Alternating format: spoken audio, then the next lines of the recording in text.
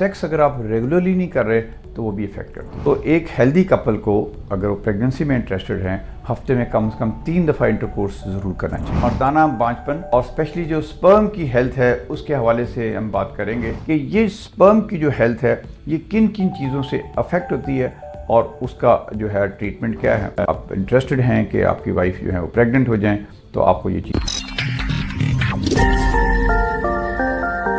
अस्सलाम वालेकुम, good afternoon. मेरा नाम डॉक्टर साकिब सिद्दीक और मैं गायनोकोलॉजिस्ट और इनफर्टिलिटी रिप्रोडक्टिव मेडिसिन स्पेशलिस्ट हूँ।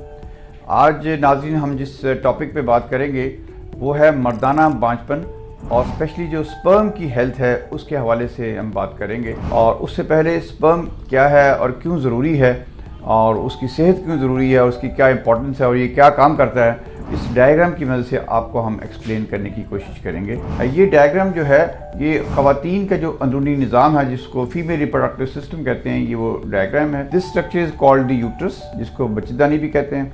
और ये स्ट्रक्चर जो है ये है ओवरी, जिसको अंडेदानी आम ज़बान में उर्दू में अंडेदानी भी कहते हैं। औरत के अंदर अगर मेंस्ट्रुअल साइकिल रेगुलर चल रहा है तो यहाँ इस ओवरी में अंडा बन के एक दफ़ा महीने में इस ट्यूब के अंदर आ जाता है।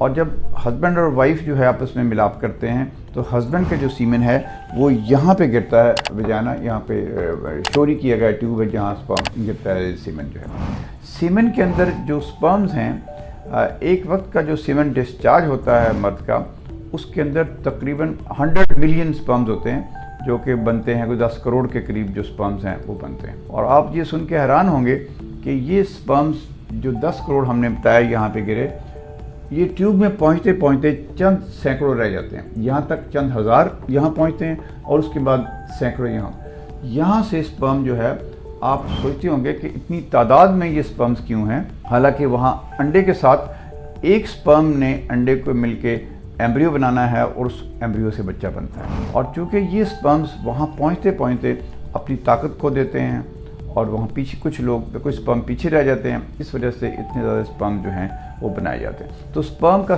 सबसे पहला इंपॉर्टेंट फंक्शन जो है वो उसकी मोटिलिटी है। वो स्पर्म कितना भाग रहा है ये इंपॉर्टेंट। सिर्फ भागना ही काफ़ी नहीं है, फॉरवर्ड मूवमेंट जो है उसकी, आगे जिस तरह पानी के अंदर मछली तैरती है इस तरह स्पर्म जो है फीमेल बॉडी के अंदर जाके वो स्विम करके उसने यहाँ पे तैरना है।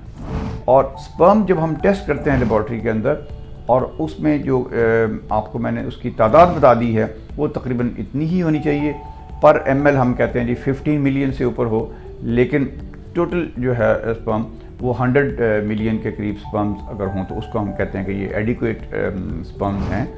और स्पर्म्स की जो मोटिलिटी हम कहते हैं कि वो है तकरीबन 32% जो स्पर्म्स जो हैं इसमें से वो फॉरवर्ड जो इम्पोर्टेंट मूवमेंट जिसकी हमने बात की वो 32% के करीब ऐसे होनी चाहिए जो मूव करते हों। और फिर यहाँ से स्पर्म जाके यहाँ पहुँचेंगे और यहाँ एग के साथ जो है वो इसका एग का आउटर शेल जो है उसको ब्रेक करके स्पर्म इसके अंदर जाएगा तो उसको हम कहते हैं फर्टिलाइजेशन। फिर ये एम्ब्रियो यहाँ से बन के ये this is how the embryo looks like, ये यूट्रस में आके इम्प्लांट होगा। जब ये एम्ब्रियो यूट्रस में इम्प्लांट हो जाएगा तो हम कहते हैं कि प्रेगनेंसी होगी। अब आज डिस्कस हमने ये करना है कि ये स्पर्म की जो हेल्थ है ये किन किन चीज़ों से अफेक्ट होती है और उसका जो है ट्रीटमेंट क्या है। नंबर 1 जो चीज़ें अफेक्ट करती हैं वो है केमिकल्स। एनवायरमेंटल पोल्यूशन जो है ये आजकल बहुत ज़्यादा हो गई है, स्पेशली बड़े शहरों के अंदर, ये भी स्पर्म की हेल्थ को अफेक्ट करती है। फिर गांव के अंदर जो पेस्टिसाइड्स है जो फसलों पे छिड़काव करते हैं हम, कीड़े मार अद्वियात जो हैं, वो जो लोग ये कर रहे हैं अगर वो सांस के ज़रिए से इनहेल कर लें तो उनके ब्लड में जाके ये भी स्पर्म्स को अफेक्ट कर सकते हैं। फिर कुछ आपकी बीमारियां हैं जिसमें एक डायबिटीज़ है या कोविड आपको हुआ है या और इस तरह की चीज़ें हैं तो वो भी स्पर्म की हेल्थ को अफेक्ट करती हैं। तो इसलिए ये इन चीज़ों से हमने अगर आपको प्रॉब्लम्स हैं तो उसको ट्रीटमेंट करना है। ट्रीटमेंट के बाद ये इम्प्रूव हो सकती हैं, रिकवरी इनकी हो सकती है। और चीज़ें जो है वो एक स्मोकिंग है, स्मोकिंग और अल्कोहल और जो ड्रग्स हैं, एडिक्शन जिसको हम कहते हैं। स्मोकिंग रेगुलर अगर आप स्मोकर हैं, चाहे कम सिगरेट भी पी रहे हैं, वो भी आपकी स्पर्म की हेल्थ को अफेक्ट करते हैं। अगर आपकी स्पर्म अफेक्टेड है तो जाहिर है कि इनफर्टिलिटी होगी, जो आपकी फीमेल पार्टनर है उसमें कंसेप्शन का प्रॉब्लम होगा। सो सिगरेट स्मोकिंग जो है वो आप तंबाकू नोशू, चाहे सिगरेट है, चाहे हुक्का है, चाहे सिगार है, चाहे शीशा है, उसको आप अवॉइड कीजिए और ये भी स्पर्म को अफेक्ट कर सकती है। फिर अल्कोहल जो है अगर वो है तो वो भी अफेक्ट कर सकती है। स्पर्म के बारे में हम कहते हैं बिल्कुल स्टॉप कर दें। अल्कोहल अगर आप करते हैं तो जितनी कम कर सकें अल्कोहल को तो उसको कम कर दीजिए। और अगर खुदा ना खास्ता आप किसी वजह से हेरोइन वगैरह जैसा कि कोई भी जो ड्रग्स हैं वो लेते हैं तो वो स्पर्म को अफेक्ट कर सकती हैं। वो अगर आप इंटरेस्टेड हैं कि आपकी वाइफ जो है वो प्रेग्नेंट हो जाएं तो आपको ये चीज़ें छोड़नी पड़ेगी। सेक्स अगर आप रेगुलरली नहीं कर रहे तो वो भी इफेक्ट कर। सो एक हेल्दी कपल को अगर वो प्रेगनेंसी में इंटरेस्टेड हैं हफ्ते में कम से कम 3 दफ़ा इंटरकोर्स ज़रूर करना चाहिए, क्योंकि अगर आप इंटरकोर्स में बहुत गैप कर देंगे तो स्पर्म की जो मोटिलिटी है उसकी हेल्थ जो है वो अफेक्ट होती है। क्योंकि स्पर्म जो टेस्टिस के अंदर स्पर्म बनते हैं और स्पर्म कंटिन्यूसली बन रहे हैं। सो अगर आपने जो आज सेक्स किया है तो जो स्पर्म बन चुके हैं वो आज डिस्चार्ज हो गए, और अगर नेक्स्ट जो सेक्स है आप 2 हफ्ते के बाद कर रहे हैं तो 2 हफ्ते के बाद जो आपने स्पर्म निकाले और औरत के अंदर डिस्चार्ज किए तो वो 2 हफ्ते पुराने हो गए।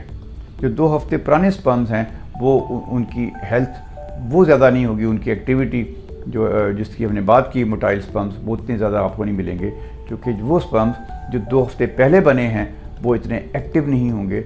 जो अभी बने चंद दिन पहले वो तो होंगे, लिहाजा वो जिसकी हमने बात की 32% वो आपको नहीं मिलेंगे। तो मेल बेबी पैदा होता है तो उसके सबसे पहले डॉक्टर की ड्यूटी ये है, डॉक्टर या जो भी मिडवाइफ डिलीवरी कर रही है, कि उसके जो पीनस और टेस्टिस को एग्जामिन करें।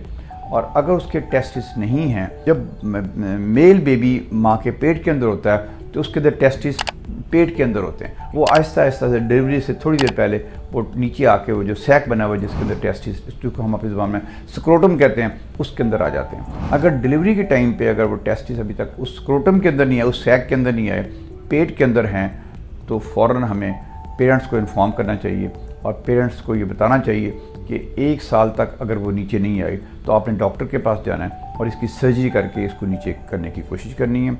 और 2 साल तक भी अगर नहीं आए तो 2 साल के अंदर सर्जरी लाजमी हो जानी चाहिए, क्योंकि ये टेस्टिस पेट के अंदर अगर रहेंगे तो ये स्पर्म की हेल्थ को बहुत ज़्यादा अफेक्ट करेंगे।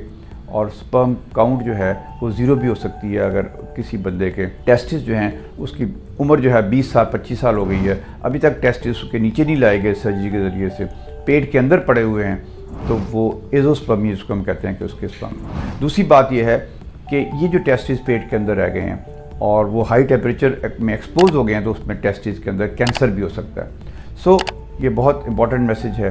अगर किसी की घर में डिलीवरी हो रही है तो जो भी घर में लोग मौजूद हैं बच्चे को ज़रूर मुआयना करें और टेस्टिस का मुआयना करें। अगर टेस्टिस नहीं हैं तो 1 साल तक देखें कि वो खुद से नीचे नहीं आए तो उनकी सर्जरी होनी चाहिए। एक और फैक्टर रह गया बताना, वो स्ट्रेस जो है। अगर आप बहुत ज़्यादा जो है स्ट्रेस में हैं या कोई इमोशनली आप डिस्टर्ब हैं, चाहे जॉब की वजह से, चाहे कोई घरेलू परेशानी की वजह से, तो वो भी स्पर्म्स को अफेक्ट कर सकते हैं। तो स्ट्रेस का भी मैनेजमेंट कीजिए। स्ट्रेस की मैनेजमेंट के लिए बेशुमार प्रोफेशनल हेल्प अवेलेबल है। फिर अगर सब चीज़ें आपने कर ली हैं तो कुछ मेडिसिन जो हैं वो भी आपको लेनी चाहिए, और उसके अंदर विटामिन ई जो है वो बड़ी हेल्पफुल है, और विटामिन सी और जिंक, इस तरह की चीज़ें। और ये ख़ुद भी ले सकते हैं, लेकिन बेहतर होगा कि कोई प्रोफेशनल आप एडवाइस ले लें, किसी डॉक्टर को दिखाएं, वो आपको प्रेस्क्राइब करेंगे। तो ये डाइट है, तो ये डाइट इस्तेमाल करेंगे तो ये एंटीऑक्सीडेंट डाइट कहलाती है। ये स्पर्म की हेल्थ को इम्प्रूव करती है। इसके अंदर अखरोट, आपने देखा होगा कि अखरोट जो है ये बहुत अच्छा एंटीऑक्सीडेंट है। तो दिन में 4 अखरोट जो है वो शख्स ज़रूर ले ले जिनके स्पर्म जो हैं उनकी हेल्थ अच्छी नहीं है। तो फिर पेठे के जो बीज हैं ये भी बड़े अच्छे, इसमें जिंक भी है, एंटीऑक्सीडेंट है, तो ये भी इनका इस्तेमाल भी करें। और प्लस ये भी एक लिखा आपने पढ़ा होगा कि टाइट अंडरवियर और जीन्स का इस्तेमाल तर्क कर दें, क्योंकि ये भी ज़्यादा जो है ना ये हीट प्रोड्यूस करते हैं टेस्टिस के अराउंड। और तीसरी इंपॉर्टेंट बात यह है कि अगर आप लैपटॉप इस्तेमाल करते हैं और बहुत लंबा इस्तेमाल है तो लैपटॉप को जो गोद में ना रखें, इसको टेबल के ऊपर रखें, क्योंकि आपने देखा होगा कि कुछ घंटे इस्तेमाल करने के बाद वो लैपटॉप गर्म हो जाता है, और अगर गर्म हो गया और इस जगह को ज़्यादा हीट पहुँचाई है उसने तो टेस्टिस की हेल्थ अफेक्ट हो सकती है। तो ये चीज़ें हैं। तो ये आज हमने डिस्कस किया कॉजेज़ जो हैं मेल इनफर्टिलिटी की, स्पेशली स्पर्म मोटिलिटी की, और उसके लिए क्या डाइट है और ट्रीटमेंट क्या है और इसको प्रिवेंशन क्या है। ये तीनों चीज़ें आज हमने डिस्कस कर ली। अगर आपको इस तरह का कोई मसला है चाहे वो फीमेल इनफर्टिलिटी है या मेल इनफर्टिलिटी। आज चूँकि हमने मेल इनफर्टिलिटी की बात की, तो अगर किसी को स्पर्म का या मेल इनफर्टिलिटी का प्रॉब्लम है तो आप हमसे रब्ता कर सकते हैं। जिस तरह मैंने अपना नाम बताया, professor doctor Saqib Siddique, consultant gynaecologist and infertility specialist, Mid City Hospital, Jail Road, Lahore.